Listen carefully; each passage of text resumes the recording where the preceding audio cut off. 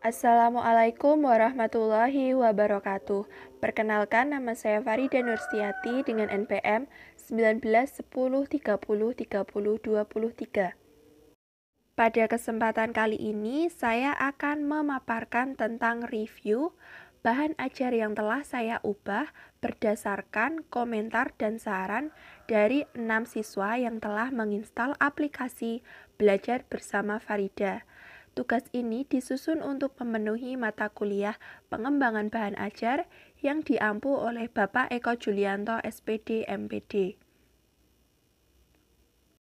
Berdasarkan komentar dan saran dari 6 siswa yang telah menginstal aplikasi Belajar Bersama Farida, terdapat kekurangan dalam aplikasi tersebut, yakni kurangnya gambar atau animasi yang mendukung materi pembelajaran.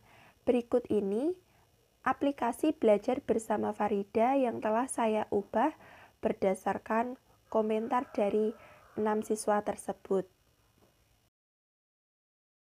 Langkah yang pertama yakni pastikan aplikasi Belajar Bersama Farida telah terinstal di smartphone yang Anda miliki. Berikut ini tampilan dari halaman utama aplikasi Belajar Bersama Farida. Setelah aplikasi Belajar Bersama Farida telah terinstal di smartphone yang Anda miliki, klik menu Belajar. Pada pilihan menu belajar terdapat beberapa pilihan sebagai berikut. Yang pertama, kompetensi dasar. Yang kedua, indikator pembelajaran. Yang ketiga, tujuan pembelajaran. Yang keempat, peta konsep. Yang kelima, materi pembelajaran. Yang keenam, kegiatan pembelajaran. Dan yang ketujuh, evaluasi pembelajaran. Berikut ini tampilan dari kompetensi dasar. Untuk isinya, yakni menyajikan hasil pengamatan terhadap interaksi makhluk hidup dengan lingkungan sekitarnya.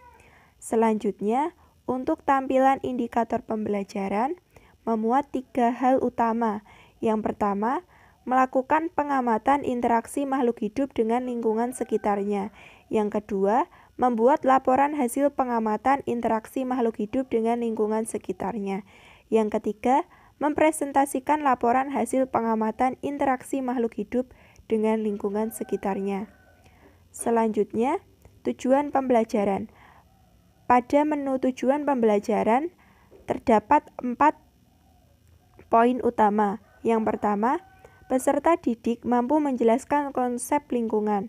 Yang kedua, peserta didik mampu menjelaskan konsep komponen biotik dan komponen abiotik. Yang ketiga, peserta didik mampu menjelaskan bentuk interaksi komponen biotik dan komponen abiotik beserta dampaknya terhadap dinamika populasi. Yang keempat, peserta didik mampu menjelaskan pola interaksi manusia dengan lingkungan yang mempengaruhi pertumbuhan populasi. Selanjutnya, peta konsep. Peta konsep berisi mengenai gambaran umum materi pembelajaran yang akan dipelajari oleh peserta didik. Selanjutnya, materi pembelajaran. Terdapat 5 sub pokok bahasan dari menu materi pembelajaran.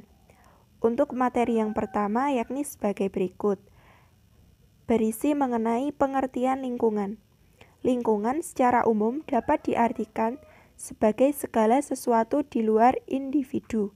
Segala sesuatu di luar individu merupakan sistem yang kompleks, sehingga dapat mempengaruhi satu sama lain. Tempat terjadinya hubungan timbal balik antara komponen biotik dan komponen abiotik dinamakan sebagai ekosistem. Selanjutnya, materi yang kedua yakni komponen biotik. Komponen biotik merupakan komponen dalam suatu ekosistem yang terdiri dari manusia, hewan, tumbuhan, dan mikroorganisme. Untuk gambar komponen abiotik, yakni manusia, tumbuhan, dan hewan. Selanjutnya, materi yang ketiga yakni komponen abiotik. Komponen abiotik merupakan komponen dalam suatu ekosistem yang terdiri dari air, tanah, udara, cahaya matahari, suhu, kelembapan, dan masih banyak lagi. Untuk gambar komponen abiotik sebagai berikut. cahaya, air, dan tanah. Selanjutnya, materi yang keempat, yakni bentuk interaksi komponen biotik dan komponen abiotik.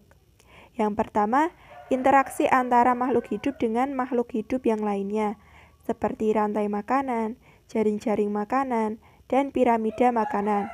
Untuk gambar bentuk interaksinya sebagai berikut, yakni rantai makanan, jaring-jaring makanan, piramida makanan. Selanjutnya, berkaitan dengan simbiosis.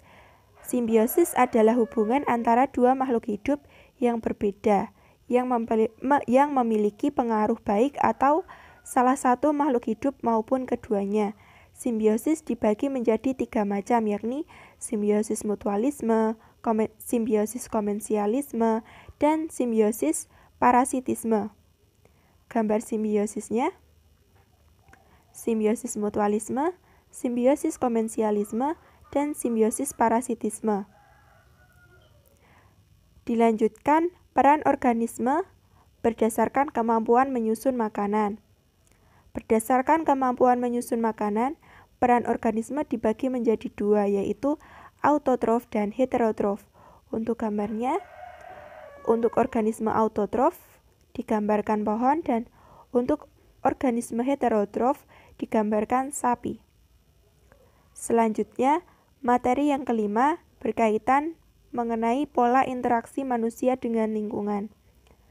Manusia dengan lingkungan merupakan suatu hal yang tidak dapat dipisahkan. Kepadatan penduduk dapat diartikan menjadi 2 artian yang berbeda, yakni bila banyaknya penduduk disertai dengan kualitas yang memadai, menunjukkan besarnya sumber daya manusia yang merupakan potensi bagi pembangunan ekonomi. Yang kedua, banyaknya penduduk yang tidak produktif dan berkualitas rendah akan menjadi beban pembangunan dan dapat berdampak negatif terhadap bidang ekonomi, bidang sosial, dan bidang lingkungan. Selanjutnya, kegiatan pembelajaran. Pada kegiatan pembelajaran terdapat tiga kegiatan selanjutnya. Kegiatan pembelajaran yang pertama yakni mengenai lingkungan dan komponen lingkungan. Untuk kegiatan pembelajaran yang kedua mengenai bentuk interaksi komponen biotik dan komponen abiotik beserta dampaknya terhadap dinamika populasi. Selanjutnya, untuk kegiatan yang ketiga yakni pola interaksi manusia dengan lingkungan yang mempengaruhi pertumbuhan populasi. Kemudian, evaluasi pembelajaran. Evaluasi pembelajaran ini memuat 7 soal. Soal yang pertama berkaitan apakah yang kamu ketahui tentang lingkungan. Soal yang kedua, apakah yang kamu ketahui tentang komponen biotik. Berikan contoh dari komponen biotik yang kamu ketahui. Selanjutnya, untuk soal ketiga, yakni apakah yang kamu ketahui tentang komponen abiotik. Berikanlah contoh dari komponen abiotik yang kamu ketahui.